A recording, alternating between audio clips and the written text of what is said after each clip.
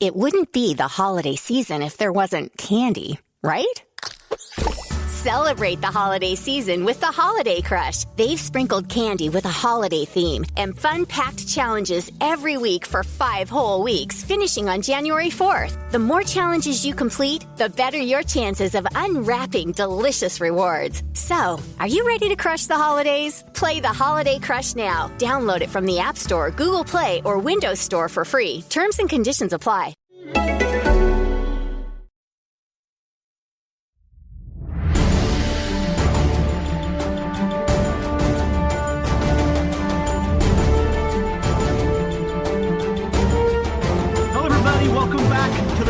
Rant. I'm Steve Politi from NJ Advanced Media, joined as always by James Cratch, Keith Sargent. Well, guys, I think we knew a game like that was going to happen this season. The first 6 games, Rutgers looked like a different team. I said that this was the first game that reminded me of 2019, and I took a lot of heat from fans on Twitter about that. But the reason wasn't that the team was ill-prepared or poorly coached. It was just a physical mismatch, and you knew from almost the first few minutes of that game, at least I thought you did, that Penn State was better up front on both lines of scrimmage, and it was going to be very hard for the Scarlet Knights to win that game. 23-7 loss. Cratch, did anything other than that one physical mismatch thing stick out to you? No, I think that, in hindsight, maybe we were, obviously Penn State was 1-5, but, if you think about it, they were right there with Indiana. They were kind of competitive with Ohio State, beat up on Michigan. They maybe were not as bad as we thought they were, I think, in hindsight. But no, I think that opening drive, it felt like a victory in a moment for the Scarlet Knights when they held them and they got off the field. But in hindsight, it was just kind of Penn State showing, hey, we're going to be able to assert our will whenever we want today. Right. And yeah, it was just, and again, it's Penn State. And I know the record was there, and I thought there was so much optimism going into this thing. Sarge, I do wonder also, are we just seeing now the product of a team that doesn't have a lot of depth, that, started the season, that was rolling an emotional high, now playing a Big Ten opponent week after week? Or is this team just flat out wearing out? Yeah, and I asked both Mike Tverdoff after the game the other day. I asked Greg Schiano today, and I actually did some research on it. But this is the first time Rutgers has ever had 8 straight Big Ten games in as many weeks. As far as I could tell, it's the first time they've actually had 8 Power 5 conference opponents in as many weeks. So, it's a grind. And keep in mind, not every team in the Big Ten has done this, because some teams have had off because of COVID-related reasons. The Maryland team that they're facing this week has only played 4 games. So right. Not everyone's in the same boat, but, 8 games in as many weeks. This will be number 8.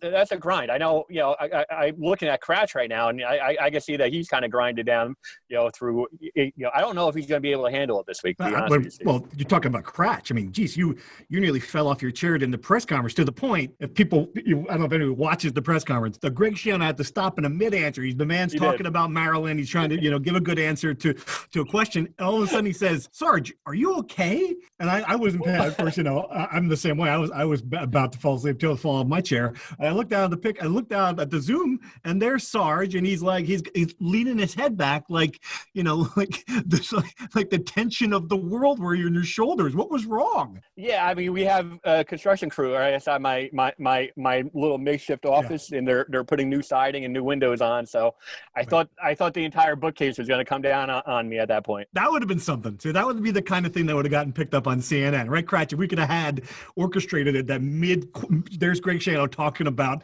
Maryland, and all of a sudden Sarge is covered with bookshelves. That would have been good. Would have been great TikTok content. Great definitely. TikTok I was gonna say. You could be a TikTok influencer. I got to say one thing. We have, we'll talk to Greg on Thursday. We'll talk to Greg next week, presumably Big Ten Champions Week, although I feel like this is infrastructure week.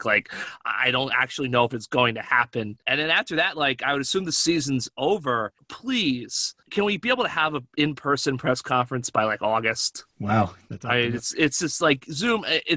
Everyone's doing the best they can, but it's just I never want to be on a Zoom call again as soon as I can.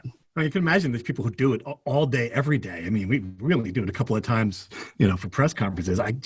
You could lose your mind. You're absolutely right. Yeah, it's not a good way to cover sports, folks. And I'm sure if you're sitting there doing whatever you do for a living, you're thinking, I've got it worse than you do. You're probably right. All right, let's talk about this game a little bit. I don't think it's worth diving into too many details. The fourth down calls, though, Cratch. And once again, we were on opposite sides of this debate based on reading your film review this morning. You liked the fact he was aggressive there. My problem with the first one, at least, the second one I kind of got. The first one, I thought he was making a decision by going for it on 4th and 1 from his own 45 that changed the outcome of the game too early. That was my one thought. When they lost that, the moment Johnny Langan was stuffed on that play, I thought, all right, they're going to score. And they did. They went 5 plays, scored a touchdown. It's 7-0. Now they're playing from behind the entire game. We asked him about being aggressive, and it's clear that this is his philosophy now. He's gonna do this. What did you think of those two calls, Craig? I thought the first call, I mean, look, as I said 1,000 times on this podcast, you shouldn't have the quarterback 5 yards deep in the backfield to get a yard. This never made sense to me, but that's where football is in 2020. I understood going for it both times. I thought the first play call, okay. I think the graphic was flashed by the BTN crew right before the play. Johnny Langan was like 11 of 11 on 3rd and 1 and 4th and 1 in his career. So that wasn't true, by the way. That wasn't true. Oh, actually, I did the research. He was, he's actually 7 for 9, but well, it wasn't true. Okay. I mean, Matt Millen is part of this operation, so are you really surprised, Sarge? But anyway. I did the research, and Rutgers Media Relations actually did it as well. So I saw that stat. It just wasn't true. Yeah, it didn't seem true. But anyway, the second 4th and 1, I just don't know how anyone thought that play was going to work. First off, right. You're not fast enough to block Penn State. Second off, you're making Johnny Langan roll to his right, and it looked like almost stop his feet and come across his body. And third, if you look at the personnel, look, I understand they were dinged up. They had tight ends who don't usually play or can't block on the field. I just don't know what the personnel was and the play call. They didn't have much of a chance. And the thing that stood out to me was they got kind of gun shy after that on 4th down, and they had a couple of other 4th and manageables later in the game where they could have gone for it and they didn't. So I think that kind of impacted the way the game unfolded as well. I wonder if this was Sean Gleason's Drew Merringer game or Drew Merringer moment. Everything, all the trick stuff works so well early on, Sarge. Like he's trotting out all these great plays, throwing back to the tight end in double overtime against Michigan. All this stuff is working. And then all of a sudden he has this game where he tried one trick play that sticks out other than, the one you just talked about with Langan on 4th and 1 is when they tried to double reverse to Bo Melton. And suddenly the moment Melton got the ball, he had 6 Penn State players around him. And I mean, it was like, this might've been Sean Gleason's moment. Like, oh wait, this Jimmy and Joe sometimes are more important than my strategy. I'll say this, watching Rutgers offense, it's kind of reminded me a little bit of college as a student reporter covering South Carolina. There would be weeks where Steve Spurrier would roll out this 5-act masterpiece game plan where everything was like poetry. And then there were weeks where it just felt like they were just making stuff up on the fly on the sideline. And I don't know if it was that, drastic this past week, but it really did feel like Rutgers was just kind of throwing stuff against the wall on set. All right, you mentioned the name here that Rutgers fans have talked about more than the game itself, Matt Millen. It's worth addressing here because, no matter what he was going to say there in that sentence about Noah Vedral, when you start the sentence and it's going to be a criticism and you say he runs there's no way that sentence ends well, right? If he really was going to say he runs like a girl, well, then that should be the end of his career and no questions, if, ands, or buts. But if he was going to say he runs like a quarterback, well, that's just dumb. Because we watched the Giants here. Daniel Jones ran 80 yards at 24 miles per hour one of the games this year. So it just speaks to, and I'm sorry for fans. I don't watch games on TV. This is the first time in my life that I've watched I'm watching, so many hours of games on TV because usually I'm at them. And it is just painful to listen to him. I understand people have told me he's a nice man. He had health problems. I hope that this is it, that he's retiring at the end of this year. Yeah, look, it's tough. This is what I come back to. I told you guys this, I think, in text on Sunday. In any given week, at most, there are 16 NFL games in the country. And usually whoever calls the Thursday night game calls a Sunday night game or a Monday. So but there's like 45 to 65 college football games in America every week. Like, at some point, you just need warm bodies in the booth. And I think that this is what happens when you're Rutgers and Penn State and you're 2-5 and they're 1-5, you're not going to get the A team. You know, a guy like Jerry DiNardo would be tremendous in the booth, but Jerry DiNardo's got a pretty good job, you know, being in the studio. So, you know, I think that also kind of factors into it. And I'm sure that the challenges we face, I'm sure TV and broadcast teams probably face the same challenges in preparing for a game with the lack of access and everything. But yeah, I mean, look, you're right. There was nothing Matt Millen was going to say if he had finished his sentence that would have been a positive thing. And yeah, I get it. He's a Penn State grad. I've never really been bent out of shape about the homerism and announcing, just because it's college football at the end of the day. Like, it's not War and Peace. But yeah, I think that Matt Millen is probably a guy who, you know, it's probably time for him to pass the torch. And I don't mind the homerism, doesn't bother me either. It's just the lack of preparedness. And Sarge, you know, we've written a lot about Noah Vedral. It didn't take much more than a Google search to know the guy couldn't play last week. Like, I don't think there's any secret that he had to be playing hurt. He had to have some physical limitations. I mean, he wasn't 100%. So when he's barreling into, you know, what do you expect at the end of a game against a more physical team when you've run 14 times? Yeah, I mean, maybe he's protecting himself, right? Well, I mean, there's one thing that we have seen, you know, with Noah Vedral, and we could talk about, you know, some of his weaknesses, you know, at another time, but the guy puts his head down and runs. You know, you tweeted it out the week before against Michigan. You know, he basically carried two defenders into the end zone on a 2-point conversion. You know, that you know, sent the game into overtime. I mean, the kid is as tough of a runner, you know, as Rutgers has had in a while. I mean, is he Johnny Langan? No, but Johnny Langan doesn't even consider himself a quarterback. He's an athlete. So he's way off the mark from that standpoint. I will say this about Matt Millen. 2 years ago, I did a big behind the scenes Big Ten Network. You know, the story was Rutgers, Michigan. You know, how they actually, you know, got a game on the air, and the crew that was working was the Matt Millen crew, but Matt Millen had been sick at that point. And just talking to like the various people who were on that crew, like Matt Millen was beloved. So where Cratch, you know, talked about before that, and I think you might have mentioned it too, that, you know, like, you know, I guess he's highly respected. I think that's probably part of the reason why he's you know, still on the air. That I guess he's kind of revered, you know, at least, you know, within the Big Ten Network crew. I have no doubt, and I've heard that from other people as well. But there's a certain point that you're on television. You're one of the faces. Yeah, no, I'm not debating that. I mean, Yeah. I completely agree with that. I'm just saying, as a reasoning of why he's still on the air, that's probably why. Cratch, while we're talking about Vedral, do you think they should have mixed in a little art there? I mean, the fan base certainly does. I'm at the point now where I understand why he's sticking with Vedral. I believe that it gives him the best chance to win. That said, he did not have a great game. I'm not sure if, you know, Bart Starr would have had a great game in that situation. Yeah. I mean, what do you think? I mean, look, I was at the game. You know, the rain kind of died down right after kickoff, so that wasn't an issue. It was pretty windy throughout, and I think there's a fair question to ask about, hey, would Art have been able, with his arm strength, been able to kind of cut through that wind a little bit? Obviously, the protection was not really there, so I think that kind of negates whatever Art could have done with his arm. I mean, I think we'll talk about this later in the podcast, but my biggest takeaway is, look, you know, Gleason and Schiano have voted with their actions. They clearly think Vedral is the guy by a significant margin. I think now the question is, looking forward to 2021, does Vedral stay the guy in terms of this roster development and construction? All right, that's a good segue into true or false. You guys know the rules. I'll give you a statement. You tell me if you think it's true or false. We'll discuss it at the end. True or false?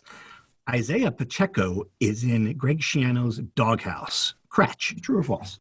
False. Wow. False. False? All right. So then Isaiah Pacheco is having a rough season. True or false, Cratch? True. Sarge? True. Yeah, it's just hard to explain.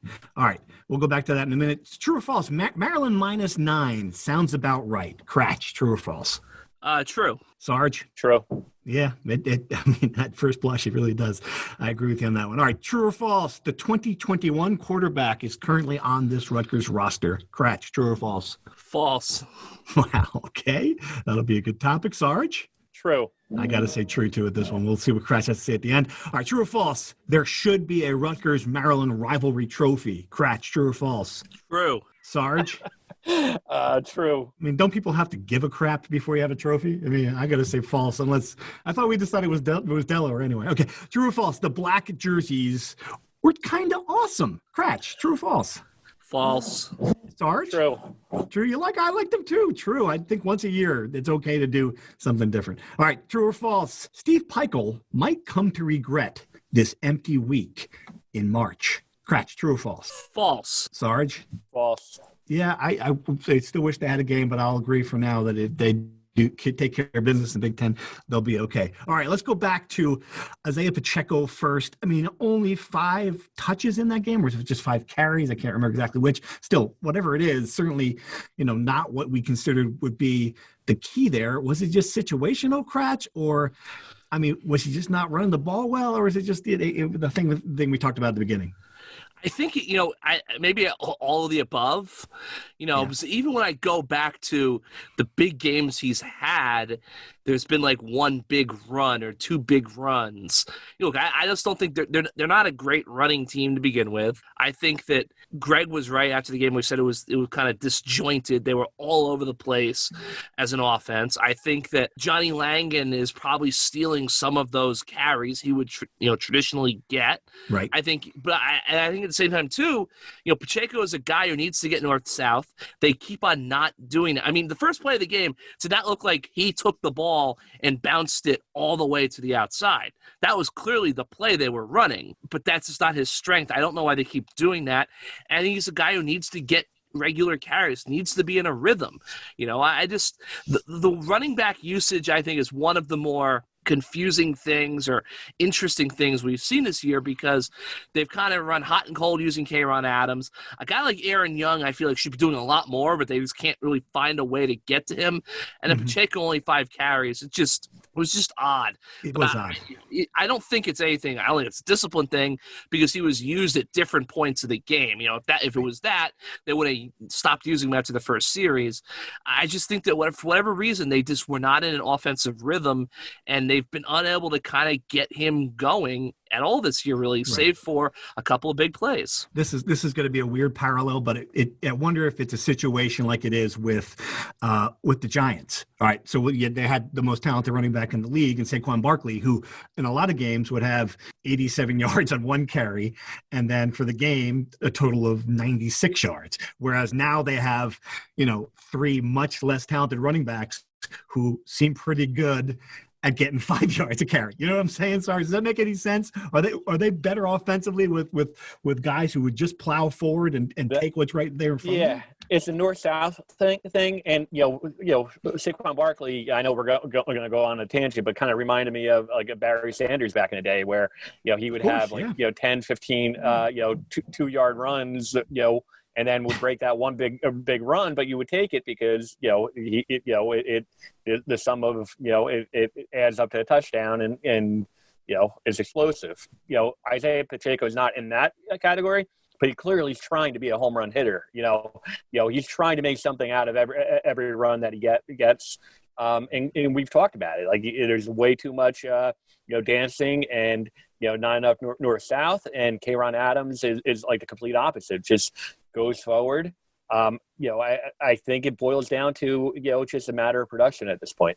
All right, so the 2021 quarterback. I mean, I just find it hard to believe that after using these 8 games to bring in Noah Vedral to develop him, you've got 2 more years with him if you want him. I mean, Cratch, who is it going to be then? That's a great question. I just the way I look at it is just, it's hard for me to believe that Art and Noah are both going to be back in 2021. You don't really have a guy who's played below those 3. I think it's very obvious that they don't consider Langan to be a backup quarterback. They consider him to be this unique part of their offense. And I look at the portal, and guys like Anthony Russo, Jared Guarantano might be there. There are going to be quarterbacks in the portal. There already are a lot of quarterbacks in the portal, and I just wonder if they're going to want to have competition in that room, and they're going to bring someone in. It just seems to me somewhat curious in the sense that I think Vedral has played okay this season, but there have definitely been times where I think, look at Greg's history, he would have made a change. He didn't make a change. So I just wonder if they're going to add something to that room. We got a question about Anthony Russo from the Insiders questions, which we'll dive into now. And when I first saw that name, I thought, what, isn't he like 28 now? I just couldn't, I just misplaced the point in time when he was, the hot recruit coming out. And it was 2016. And Chris Ash had a choice between, he had already committed to Kyle Flood, and and Chris Ash wanted him, even though he wasn't the ideal fit for the offense that he wanted to install. Still looked at him on tape and actually wanted him, re-recruited him. Russo decommitted, ended up committing to Temple. They ended up getting Tylen Oden, who was a complete disaster during his time. So they got nothing out of that first quarterback recruit. Who knows? I've seen the speculation. I don't know if Anthony Russo is a fit for the Sean Gleason offense at this point. Yeah. Chris Ash. Can we go off another Chris Ash tangent? I got a lot of positive text messages and emails about our Chris Ash tangent last week. Well, I was just going to point out, I think I wrote this in our preseason previews. They did not offer Kenny Pickett in 2017 class when they chose Jonathan Lewis, a guy who is not really contributing to the team. And meanwhile, Kenny Pickett has won an ACC division title. He's going to have him in a bowl game again, all that stuff. It's just, but I remember we asked Chris Ash about Oden, and his answer. So this was a thing, and I will do the bit, Sarge, that we used to do with Chris Ash, because Chris Ash was the most honest coach at a press conference. Like he would say, 10, he'd try to come up with 3 nice things to say about a player, but if he ran out of stuff and he was still talking, he would just lay it out there. Like he would be, this is how we do it. We used to joke about how we would do it with Sarge. It would be, Sarge, he's a good guy. He shows up at the press conferences. He asks questions. He's conscientious. Can he write? No, but he's here. I see him. He's do I respect his work? Probably not, but he'll sit in front of me in a chair, and I do see him physically sometimes in front of me. Like he could just never. Dead on. That is dead on. He probably even felt that way about me too. That was a complete. It was spot on. Oh man, I kind of miss him. Not really. All right. What are we doing? Oh, insider questions. Yes. Before we get more Chris Ash stuff, although we probably would do better for the listeners at this point. Rutgers Insider, thanks again for subscribing. We appreciate you guys sticking with us. NJ.com/insider. We've had a great time fielding your questions this year. All right. So this is the question we get every week, but it's a good one. As Rutgers fans, are we getting ahead of ourselves in year 1 of Schiano? Who wouldn't have signed up for 2 wins and being relevant again? So it's the age-old question about, all right, is this team meeting expectations? Is it exceeding expectations? Kratch, you were kind of on board with the, that this team had, should have been aiming higher given how it played. Did that game against Penn State make you say, okay, it's kind of right where it should be? Yeah, no, I think my biggest point was just that they definitely exceed expectations. And if at the end of the season you want to step back and say, wow, what a great year, no argument there. But in the moment, it's okay to ask for more. I think one of these, and I got an email, from a fan ripping me for, I don't even know what ripping me and saying that you guys were fair and conscientious to the team. And I was just blasting them. And I'm like, I just wrote a game story. I don't know what you're talking about, sir. But it's almost like A, hire Greg, B, get better, Z, go to the Rose Bowl, and everything in between there. That's a process too. You can go through that. So yeah, look, I will say this: if they get blown out by Maryland on Saturday, which I think there's a chance it's going to happen, and then they get hammered by Nebraska on Champions Week, in Indianapolis or wherever the heck they play the game, I think it's okay in those 2 moments to be really disappointed in the effort, but then to step back and go, hey, 2-7, 2 Big Ten road wins, really competitive competitive. Maybe we ran out of steam at the end of the year, but it was a great season. I think you can do both. I hope Kretsch takes a heel turn in this, Sarge, right? Isn't it his time to be the guy the fan base hates for a while? I mean, I think that's fair, right? I get those emails all the time, by the way. I get those emails all the time saying like Kratch is the only one who's fair. Like that Kratch is the only one that's fair?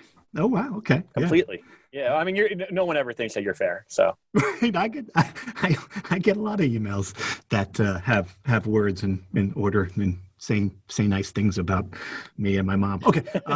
More questions from Rutgers Insider. Let's see.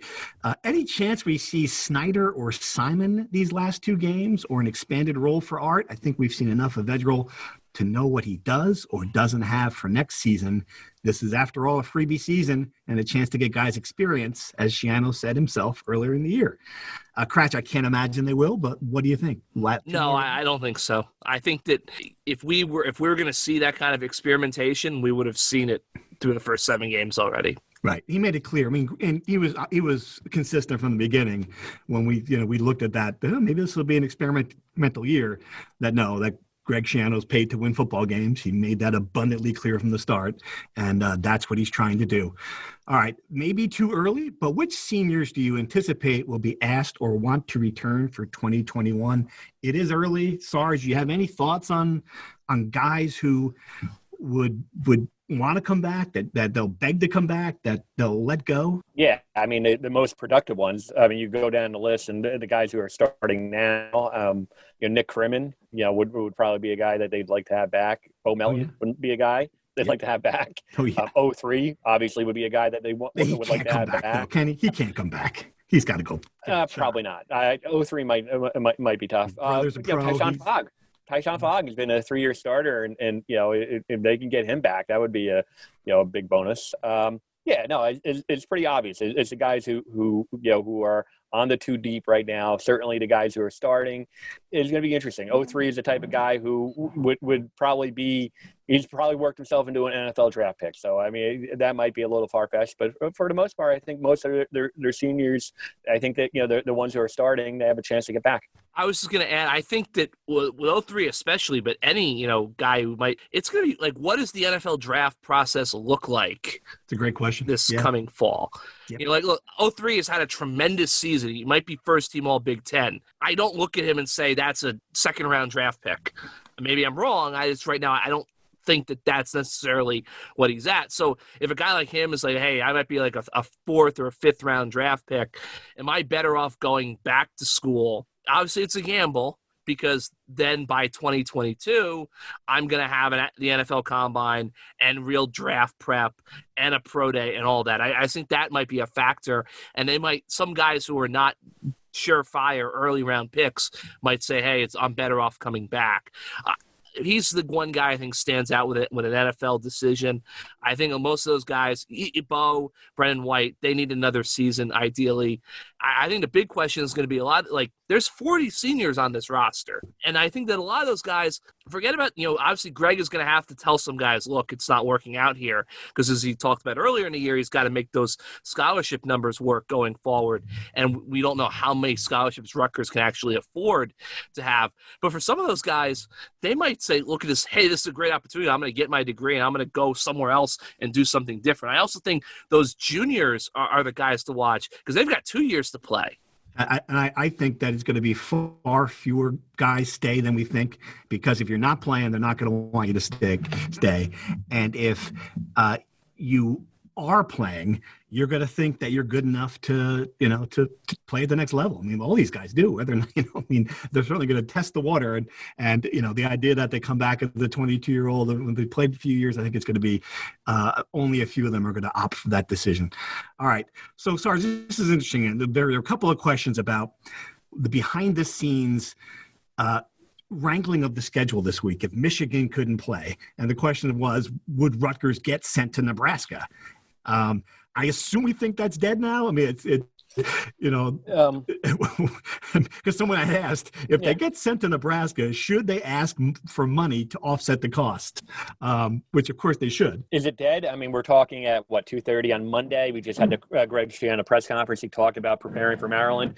I think it's dead, but I can tell you for a fact that that I spent a good portion of my Sunday talking to sources, and there was talk within the Big Ten, and it was so there were like 4 different scenarios. So, but I did do my due diligence on whether or not it could happen. But the situation that we're talking about here is, had Michigan not been able to play Ohio State needed a 6th game in order to be eligible for the Big Ten Conference Championship game. That's the rule. And Ohio State was going to be seeking a game. They did not play Maryland earlier in the year. So if Minnesota couldn't play their game, then Rutgers would play Nebraska this week. Ohio State would play Maryland. Again, this is all stuff that, I guess on the AD level they were talking about. It's incredible. Whether or not, exactly. It's just 2020, completely 2020. I do know that people within the Rutgers football headquarters were aware of this, and while they're preparing, getting film of Maryland and trying to break down, there was a possibility that could have happened. As of now, again, we're talking 2:30. I think it would be the longest of long shots if Rutgers does not play Maryland this week. I can only imagine that conversation, Kratch. It must have been like, we might need you to play Nebraska. You can say no, but if you do, next year you're going to open with at Wisconsin, at Iowa, and home against Ohio State. That would have to be the conversation, right? Yeah, no, I just think it's ridiculous that they even first off, it looks like Michigan is going to be able to play. I guess Pete Damler reported they're going to practice tomorrow, which is great. Forget about Ohio State and the college football playoff. I mean, the Ohio State-Michigan game is the most sacred event in the Big Ten. Yes, the game needs to be played if it's safe to play it, and I think give a lot of credit to Michigan for showing up and playing it with all the stuff that's going on there this year, with all the Harbaugh stuff. I think they have more than answered the bell. If they put a team on the field, it's going to be very shorthanded to play an Ohio State team that is made it very clear they want to embarrass them. PJ Fleck said that he plans to play Nebraska, even though he's going to have 20-something guys out. Again, kudos to them for playing the game. But no, I just think if Michigan couldn't play, this waived the rule. You've made a farce of this entire season already. Yes, go one more step and just do it. The only object of the season was to get Ohio State into the whole reason Rutgers is playing right now is because Ohio State wanted to be in the playoff. Might as well do whatever it takes to get there. But I will say this. If I were Rutgers and they had said, hey, we need you guys to do this, I would have, if I were Greg Schiano and Pat Hobbs said, okay, that's great. We want an Outback Bowl bid now. For this year? This year. Our payback for helping Ohio State is we get a New Year's Day Bowl. The Big Ten would have countered with an Outback gift card. That's great. Here's a free bloomin' onion. That's great. How about we start the negotiations with that? We'll buy your deal. Done deal. Yes, I got it. Bloomin' onion. We did it. We got something from the Big Ten. Oh, beautiful. All right. Thanks for your questions, everyone. Sorry if we couldn't get to yours. Please fire it at us. We'll reply whenever we can. All right. Maryland preview. Fellas, we were all kind of wrong last week with our picks. You guys were wronger than me and Brian Fonseca. Picked them Penn State to win. So this is your chance to redeem yourself. Kratch, who do you got in Maryland versus Rutgers? I've got Maryland 40-30. I think that we've seen the last 2 years the Terps have some speed. Yeah. And I think that's something that's just not a good matchup for this Rutgers team. I think Rutgers will be better on offense. I think that'll be there. Maryland kind of tends to play these pinball games, but I just think that they've got a lot of speed there. They've got a really good quarterback into his little brother. There's a lot of talent there. I think it's a series that's going to be really close. I think really quick, but right now I think Mike Loxley's program is just a little bit farther along down the line. Sarge, you agree? Yeah, I agree with all that. The speed thing is going to be the thing that's going to be the biggest issue. And I think Rutgers, we talked about at the beginning, 8 games in as many weeks. I think Maryland, this is game 5 for them. I think they're going to be a little bit fresher. I think it's going to be a high scoring. I think 35-28 maybe. It's funny, and I think that there's evidence that Maryland has quite an unfair advantage in this game when you think about it, because they've only played 4 games. But I also do wonder if, this is the first time that we're going to see an X's and O's edge from the Scarlet Knights. I've never felt like Maryland was a well-coached team. They've been extremely up and down. So I'm going to pick Rutgers. I'm going to go in the other direction and go with a narrow 27-24 Rutgers victory. And this, again, going with my gut. It failed me last week, but it got me Purdue. So I'm going to say that they win their third road big game. Oh, boy, the more I talk about this, I'm starting to get a little unsure of it. But their third Big Ten road game of the year. Pretty impressive. All right. We want to talk some basketball. They didn't play this week. They've got a big game against Syracuse at 9:30 tomorrow. What do we think about the Scarlet Knights in that one? Cratch, not Jim Boeheim's best team, but certainly they will be athletic and hard to score against. Got to win it. Must win. It doesn't look like the Seton Hall game is going to happen. They're running, it's going to be very hard, I think, to get non-conference dates after this one. Obviously, I don't fault Steve Peichel for not playing last week. I think that you got to choose your spots during a pandemic. But once the Big Ten schedule starts, I think that's the most important thing, obviously, for this team. That's where their postseason fate is going to be determined. But two, we're going to see so much upheaval and so many games postponed and canceled and moved and shifted that once you start conference play, you're not going to play another non-conference game. So I think they really have to win this game and get at least one quality non-conference win under their belt. That trip for Kevin Peichel to State College almost didn't go swimmingly as he expected, did it, Sarge? That was something else. No, and just a little inside baseball, but Cratch had a tweet all queued up. That's right. And I'm glad he didn't, because those types of tweets don't age well. But what was the tweet, Cratch? Can you say it? Can you give us the tweet that you're ready? That you had your finger on send until they won that game? Oh, I was just gonna throw out that in hindsight, maybe Seton Hall would have dragged down Rutgers' net. So maybe that would not have aged well. That would not have aged. No, it would not have aged well. That's why you don't tweet, kids. All four Seton Hall fans on Twitter would have abused you for that, certainly. Is Gio Baker going to be back? What is the latest with him? We got a bunch of questions on him. He's had now 9 days off between games. So our intrepid basketball correspondent Brian Fonseca was on Steve Peichel's conference call earlier today. It sounds like Steve said, Gio's making progress, but he hasn't practiced yet. And I guess Steve did the whole, that coach thing where they basically don't want to say a guy's not going to play, but they do if he hasn't practiced, he can't play. Right. Well, has he practiced, Steve? No. So it sounds like probably not going to happen against Syracuse, but it sounds like they will have Gio back, hopefully by the start of Big Ten play. Well, it seems like that's the important part of it. Again, you want to see what this team does against a good competition. And the thing that worries me is there's just not a lot of, there's not a lot of room to slip up. This is a team that lost to St. Bonaventure last year in the non-conference. There are games you have bad nights, and you're in the point now with this basketball season that a couple of bad nights, can be devastating, right, Sarge? If you think of it that way. If you have a bad night and then you have an opponent that has a COVID scare, it gets dicey in a hurry. Oh yeah, absolutely. And getting back to the point of should Rutgers have played?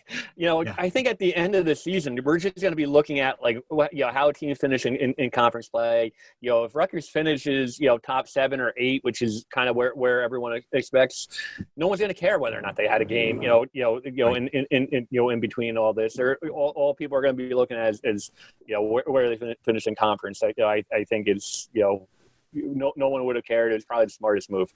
All right, fellas, anything else we have to discuss here? Kind of a slow week otherwise? No. Not much. It's going just, once. Just moving along. I will say this. This football season has been just a marathon, and I can only imagine what, it's going to be like the next couple of weeks, especially we got to get down to the bowl question. And we've asked Greg Schiano, the other day about whether or not they would actually, and look, Rutgers, the point is moot now, probably because, even if they beat Maryland and, won their 9th game, they're probably not going to, go. But either way, there are going to be so many programs. You pointed to Bronco Mendenthal, right? Who said he wasn't going to do it. We've seen a lot of bowls have already gone dark. Pinstripe Bowl being one of them. But it's going. The next couple of weeks is going to be really a litmus test of whether or not teams are just going to pack it in.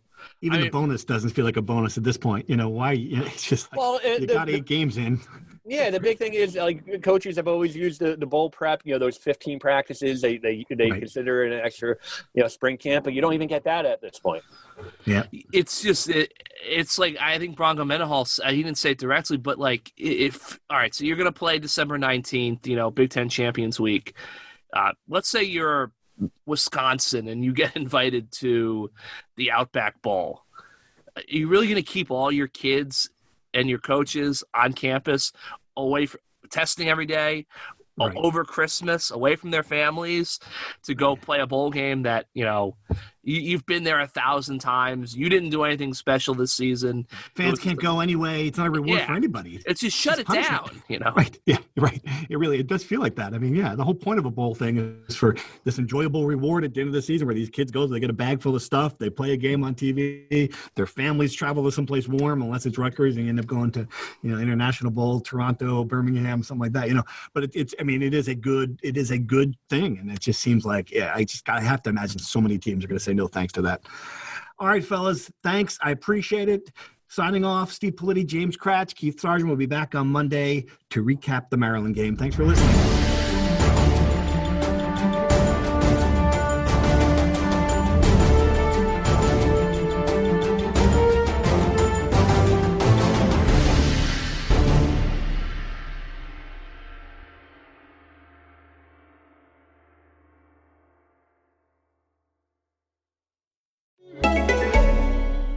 Imagine if you could shop the shelves of all your local liquor stores at the same time. Well, spoiler alert, you can with Drizzly, the #1 alcohol delivery app. Drizzly lets you compare prices from local liquor stores on a huge selection of beer, wine, and spirits, then get them delivered right to your door in under 60 minutes. And right now, Drizzly is giving all new customers $5 off their first order. Just enter promo code SAVE5 at checkout. Download the Drizzly app or go to Drizzly.com. That's DRIZLY.com.